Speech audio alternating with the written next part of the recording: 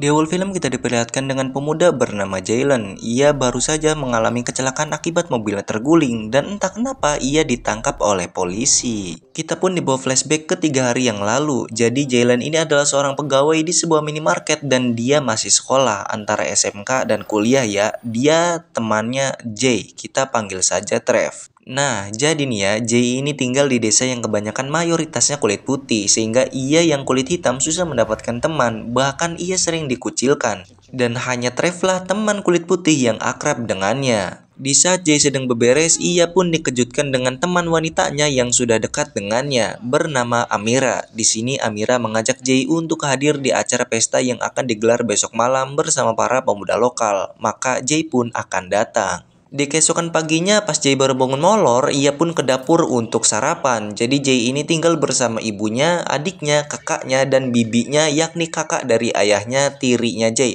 Dari ayah tirinya Jay. Nah gitu. Namun ayahnya Jay ini entah pergi kemana. Di sekolah Jay pun malah molor. Thank you. Sehingga Jay dihukum untuk mengisi jawaban di papan tulis, tapi dengan jeniusnya ia dapat menjawab soal itu dengan benar. Singkat cerita, pas udah pulang di rumah, Jay pun bersiap-siap datang ke pesta yang dimana akan ditemani oleh kakaknya. Sesampainya di tempat pesta, Jay mendapatkan perilaku penyambutan yang kurang enak oleh Brock, si pemuda kurang ajar. Tapi di dalam Jay pun bertemu dengan Amira sehingga mereka pun joget bareng. Udah pegel joget baik, mereka pun melanjutkan ngobrol di luar. Tapi tiba-tiba mereka didatangi atau diganggu oleh Brock. Entah ada hubungan apa antara Amira dengan Brock nih ya. Entah saudara, teman dekat atau apa nih. Sehingga Amira dan Jay pun pergi ke tepi danau buat lanjut ngobrol. Dan pasti kalian sudah tahu nih ya, ujungnya itu mereka ngapain ya. Walaupun hanya bertukar ciuman saja gitu kan. Karena terlalu kegirangan, Amira pun akhirnya malah nyebur ke danau. Jay yang panik pun langsung nyuruh Amira naik lagi, apalagi udah hujan. Tapi anting Amira malah hilang. Sehingga Amira mau nyari lagi antingnya. Namun, tiba-tiba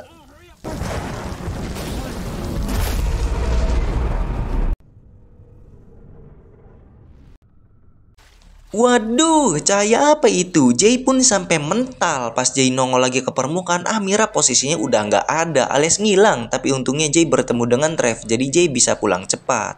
Di keesokan paginya, pas Jay baru bangun tidur, ia pun ngodod sambil memikirkan kemana perginya Amira. Udah mah di sekolah malah nayangin video pembahasan rasis lagi. Lah, nambahan liur wae. Jay pun dipanggil ke ruang guru untuk dimintai keterangan atas menghilangnya Amira. Namun Jay tak tahu apa-apa. Ya memang benar faktanya seperti itu teman-teman ya. Kita loh sebagai penonton saksinya, orang Jay memang kecebur gitu kan pas Amira ngilang. Di danau semalam pun sudah banyak aparat polisi untuk menyelidiki kasus menghilangnya Amira. Dan hanya anting Amira lah yang ditemukan. Kita pun dikembalikan lagi kepada Jay di toko. Ia ditanya oleh Trev, Jay, jujur wae ka urang mah kemana si Amira teh? Tapi Jay nggak tahu kemana Amira. Yang memang faktanya memang seperti itu kan, bahwa Jay ini tidak tahu Amira kemana. Bahkan Jay ini berteori bahwa Amira diculik oleh makhluk asing, sama seperti kejadian beberapa puluh tahun yang lalu yang dimana adanya sosok wanita yang hilang yang digosipkannya itu hilang diculik karena alien gitu loh. Namun Trev ini nggak percaya sama Jay. Trev malah mengira Jay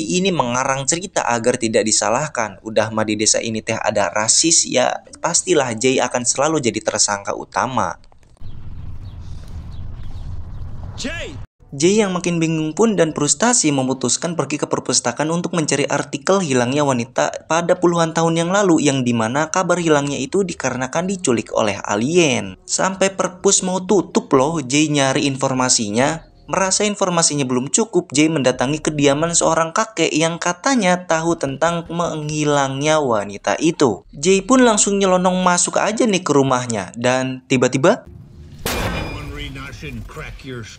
di sini Jay mencoba menjelaskan bahwa ia butuh bantuan si kakek dan untungnya si kakek pun mengerti maksudnya sehingga Jay diperlihatkan sesuatu, yakni sebuah berita-berita rahasia tentang menghilangnya wanita itu. Dan di sini kakek bercerita bahwa pada zaman itu dia masih kecil dan dia tak sengaja melihat seorang polisi yang melakukan kekerasan pada wanita sehingga pada akhirnya munculnya gemuruh petir dari awan yang ternyata itu adalah pesawat alien lalu menculik menculik wanita tersebut. Agar tidak melewatkan momen penting itu, si kakek pun memotret dengan kameranya. Walaupun Jay sudah punya bukti kuat, ia masih menyusup ke rumah sheriff polisi untuk mencari bukti yang lebih kuat lagi. Bahwa apa mungkin benar dulu si sheriff pernah melakukan itu. Nah, namun ya teman-teman, saya juga bingung nih. Di sini yang ngelakuin pada zaman itu siapa gitu kan? Si kakek yang molor di rumah sheriff atau sheriffnya? Tapi kalau secara pikir logika nih ya, si kakek yang punya kamera kan umurnya udah tua. Nggak mungkin dong sheriff yang sekarang pelakunya gitu, sheriff muda. Berarti mungkin ini mah ya mungkin si kakek yang molor di kursi lah pelakunya. Dan mungkin dia adalah seorang mantan polisi. Di saat ada kesempatan, Jay pun kabur sembari membawa bukti-bukti. Namun sayangnya rokoknya malah terjatuh. Pas mau kabur nih, hampir aja ketembak oleh shotgun milik si kakek. Namun untungnya Jay berhasil selamat.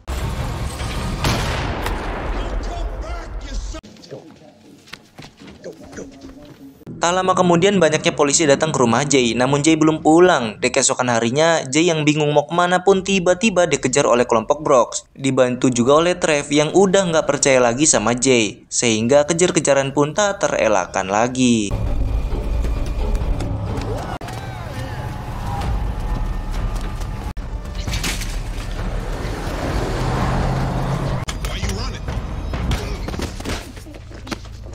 Tapi untungnya di saat Jay hampir babak belur, muncullah si kakek untuk menyelamatkannya. Pas sampai di rumah terdapat ketegangan antara Jay dan bibinya. Jay ini memang dari dulu nggak suka nih pada bibinya. Itu akibat ya ayah tirinya itu pernah semena-mena sama ibunya. Namun si kakak berhasil melerai itu semua. Jay pun menceritakan semuanya pada si kakak dan ia pun tertidur.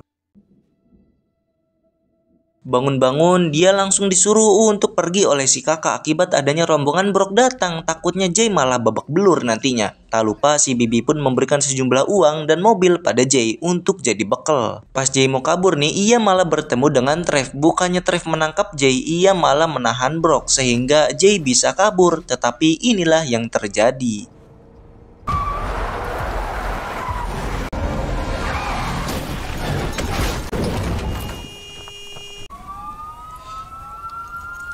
Otomatis Jay pun langsung ditangkap polisi. Di ruang interogasi, Jay hanya dimintai keterangan tentang Amira. Tapi Jay cuma jawab, "Hei Pak Polisi, tak lama lagi rahasiamu terbongkar. Dan kamu tidak akan bisa selamat jika selalu mengandalkan rencanamu itu." Ibunya Jay pun sudah sampai di kantor polisi untuk melihat Jay. Namun ia malah disuruh menunggu. Kita pun dialihkan lagi kepada si kakek yang sepertinya ingin diambil oleh alien. Tapi ternyata kita sudah salah besar, bray. Tiba-tiba kantor polisi lampunya padam dan ternyata si alien itu berniat menculik Jay. Pas lampunya nyala lagi, lalu sheriff dan ibunya Jay masuk ke ruangan interogasi, Jay pun sudah menghilang. Dan film pun tamat.